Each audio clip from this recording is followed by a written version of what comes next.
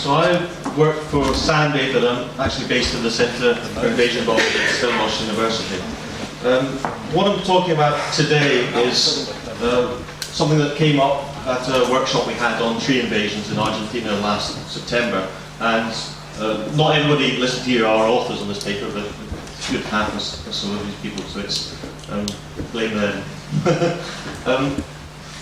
So the idea really is that if you look in conservation science, there's a very good process that links research into management and legislation, the IUCN Red List process. And there, the unit is they're wanting to predict the time to predict the time to extinction, I should read. And there they're wanting to put things in different categories on the basis of the time to extinction. And I'm sure you're all well aware of the different categories. We already heard some of that earlier.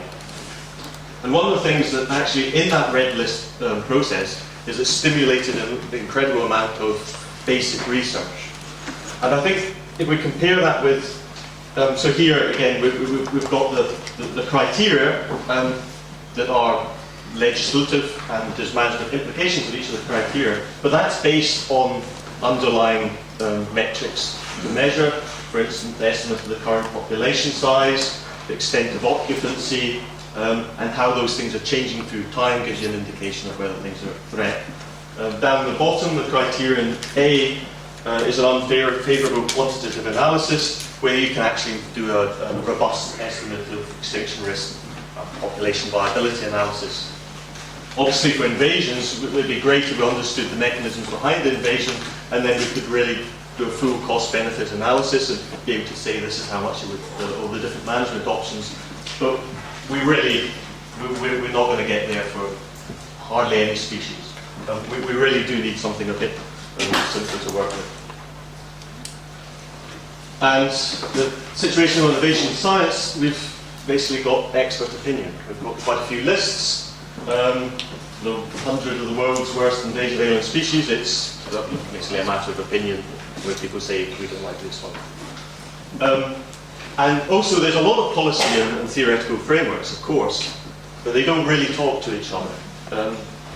So to give you some examples of this, there's a very nice paper where the IUCN is trying to develop indicators for this sort of thing.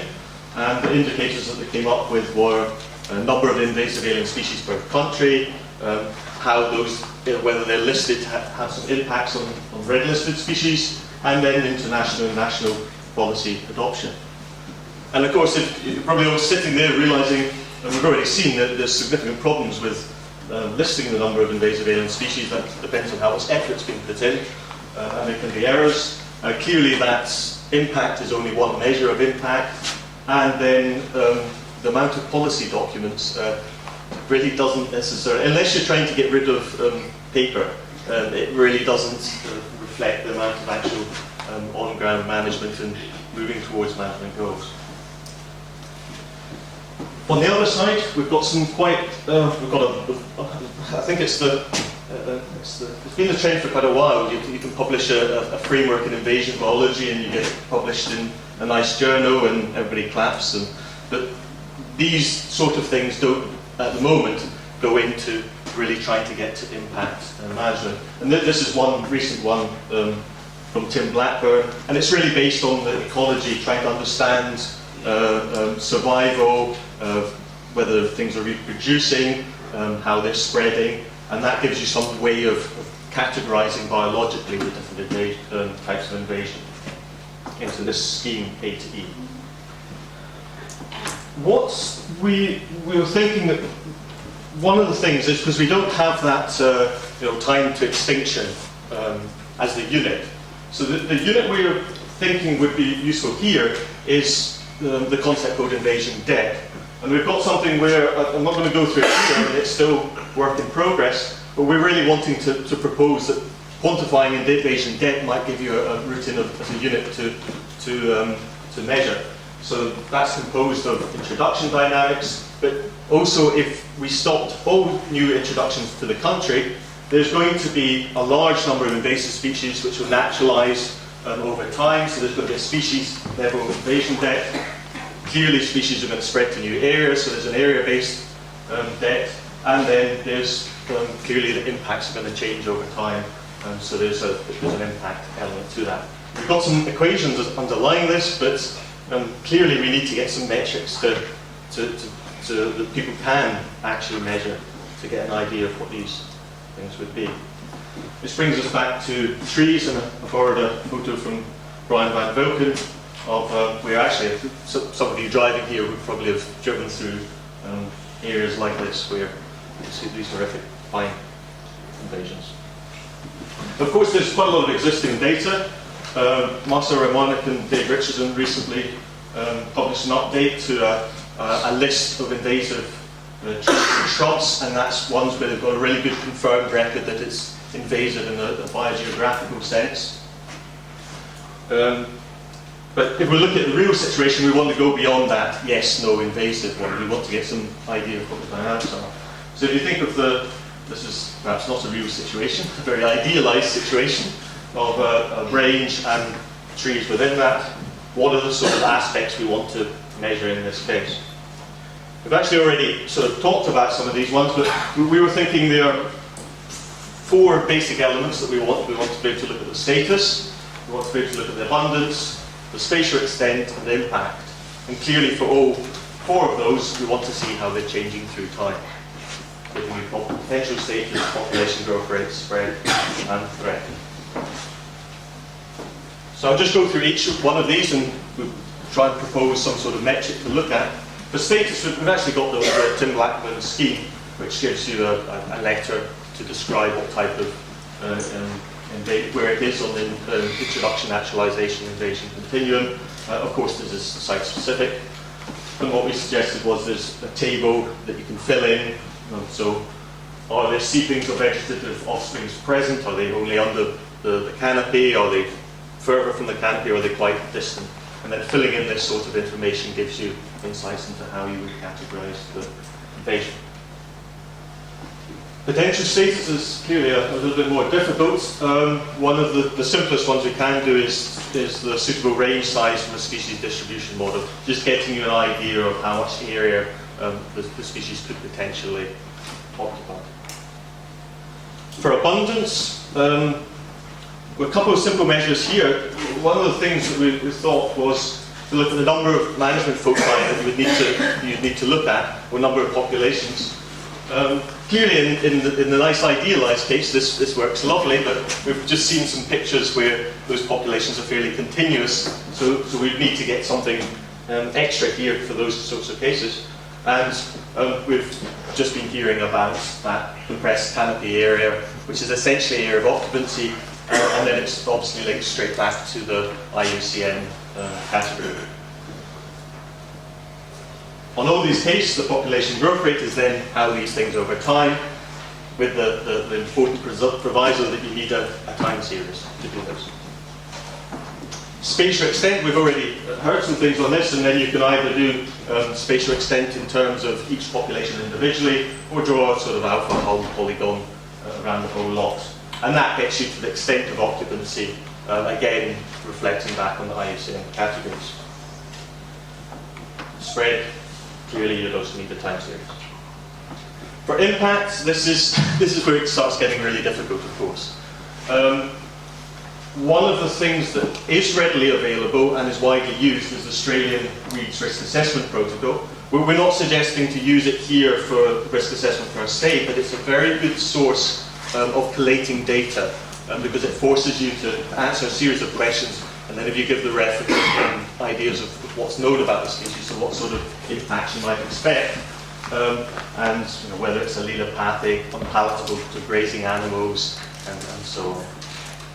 And I don't know if there's, I suppose parasitic trees, we could talk about some of the umbrella tree that Leslie, it's not parasitic, but it's the same, the stranglers, I guess, would be the group. So in terms of the thinking of threat, this is where it breaks down almost entirely. So Marcel Romanek came up with this, and I think it's actually quite a good, simple way of looking at things. if you've got a tree and you're assessing the risk it's posing to a particular area, there's two simple questions that we can look at to see, to really rank it. The first one, is it taller than native vegetation? And the second one, does it have the traits of a transformer? So is it a nitrogen fixer? Is it going to change the fire cycle? These sorts of questions. And clearly, if you answer both, yes to both of these, this is something that you really do want to worry about. Well, actually, you never want to worry, but yeah, you need to worry. So bringing this back onto that sort of idealized system, we've got the status. In this case, it's invasive across a wide area. You've got the potential range size, this sort of pinkish colour. You've got the number of management foci, which is say 4. The compressed canopy area might just be 10 hectares, but the extent of occupancy is likely to be much greater, say 6,000 hectares. And then you've got your quantitative impacts reviewed in strain and weakness assessment. And clearly this goes into a sort of example of species report. So one way of thinking immediately from this thing is to think of the list that Marcel Romanek and Dave Richardson went through, and we're trying to move that data onto the next level. So the conclusions, these metrics would also provide very useful headline statistics for policymakers. They do, in some cases, link directly to assessments of management and provide useful baselines. They have got some ecological basis behind them. And crucially, it's going to start allowing those comparisons between regions where there's quite a few papers where we want to compare alien species lists in one country and another country, and actually so much of the work on that is about the different methodologies as opposed to really how things are functionally different. Of course, these are deceptively simple measures. Well, perhaps not that deceptive. We've just had a few talks. It's incredibly complicated to estimate some of these things for a lot of species. And we're sidestepping that issue in a case. So a comparison with the red list. So thinking back, how far have we got to that ultimate goal of lists for invaders? We think we've defined some of the key features of invasion, though we'd be welcome to suggestions. And we've got some basic metrics that describe elements of these. We think potentially going forward a unit to think about is invasion depth, but clearly we need to have some sort of cut-offs and categories in a similar way. But one of the important things is that in terms of way forward, we obviously need to develop and test this process. And a red list might never be achievable for invasive species. It might be it might simply be something that cannot be done. But I think the process of trying to unpack it can potentially be really useful in terms of forcing us to think about certain things in particular ways. One of the other things, looking back to vermin, stock and grasses, we started off with trees and it's nice and easy relatively. But there might be key differences when you think about grass invasions or some of the aquatic invasions that these metrics really don't apply. And obviously one of the beauties of the IUCN scheme is it works for salamanders and syringa. Actually, I should have thought of what salamanders, syringa and spiders or something like that. And that's where we are at the moment. Well, that's actually Argentina, but it's got a similar problems. Invasive pines coming in and disrupting these beautiful Araucaria woodlands. Thanks.